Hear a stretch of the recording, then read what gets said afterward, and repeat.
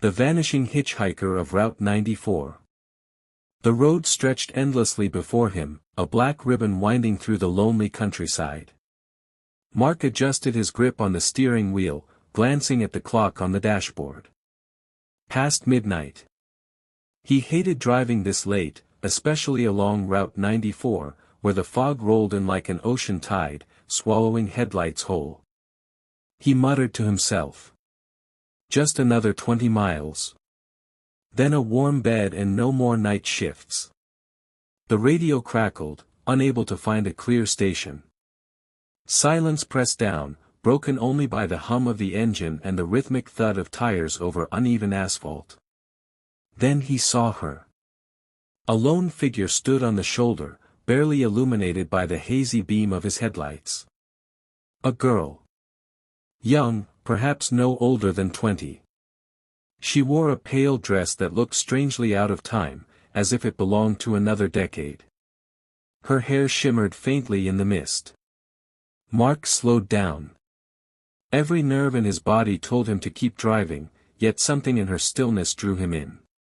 He rolled down the window. "You all right?" he called. "It's not safe out here."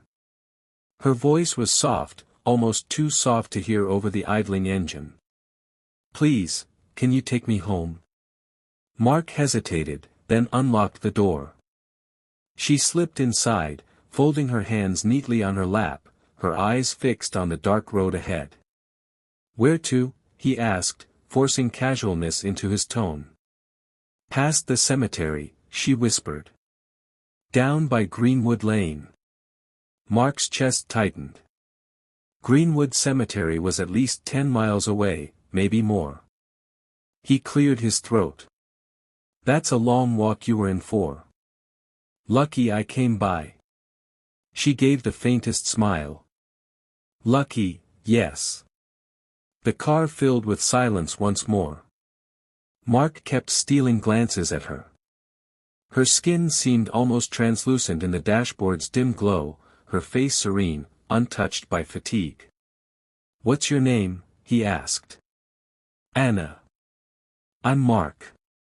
He extended a hand awkwardly, but she didn't move, didn't even look at him.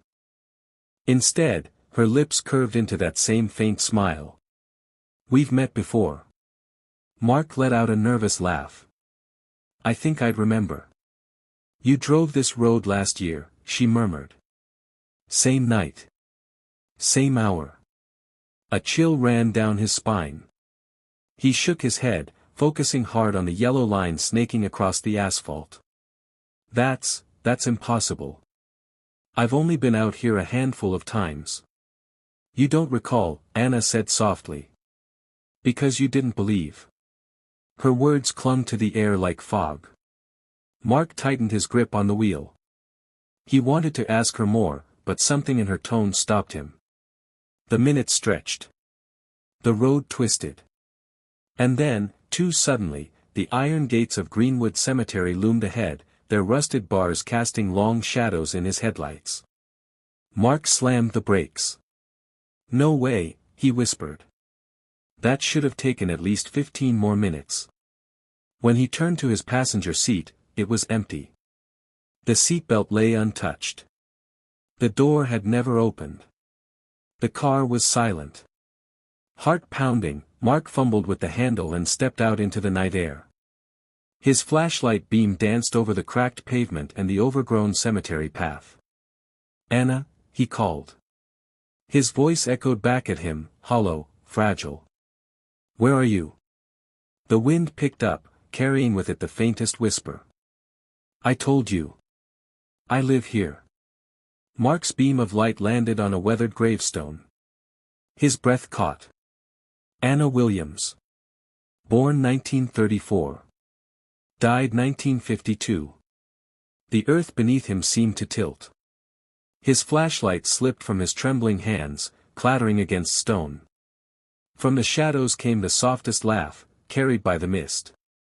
"Drive safe, Mark. I'll see you again, next year." The crickets fell silent. The night held its breath. And Mark stood frozen by the grave, knowing he would never drive Route 94 the same way again.